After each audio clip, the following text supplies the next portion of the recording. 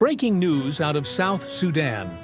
A political earthquake is shaking Juba as first vice president and opposition leader Dr. Riek Machar has been formally charged with treason, murder, and crimes against humanity. The announcement comes just months after he was placed under house arrest.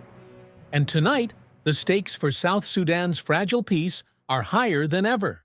Justice Minister Dr. Joseph Geng Akech revealed that Machar, along with 7 top officials, including Petroleum Minister Puat Kang Chul and General Gabriel Duop Lam, is accused of involvement in deadly White Army militia attacks in Upper Nile State.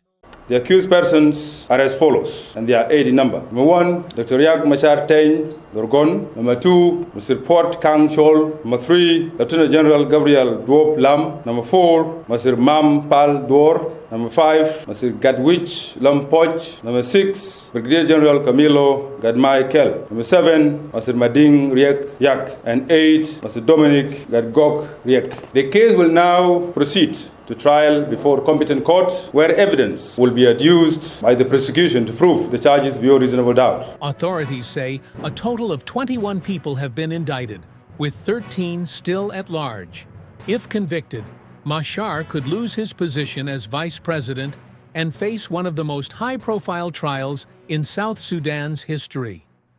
This case has already divided opinion.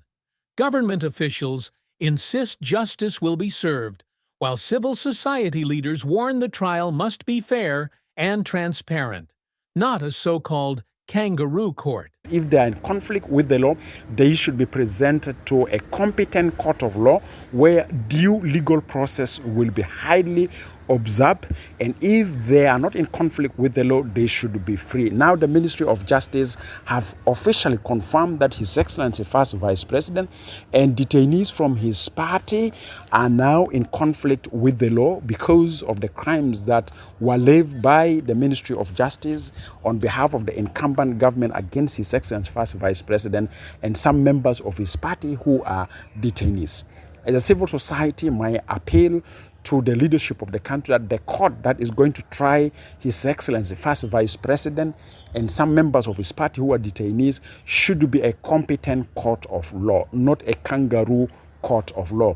Should be a court that should observe all ethics of respecting human rights and rule of law, and should be a court that upholds the legal practices in the manner of due legal process are all respected. And all of this is unfolding while the 2018 peace agreement, signed by Machar and President Salva Kiir, remains fragile, with critical promises still unmet. What happens next could determine not just Machar's future, but the future of South Sudan's peace itself.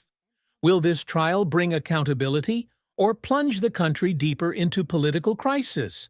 We'll be tracking every development, every twist, right here. Stay tuned.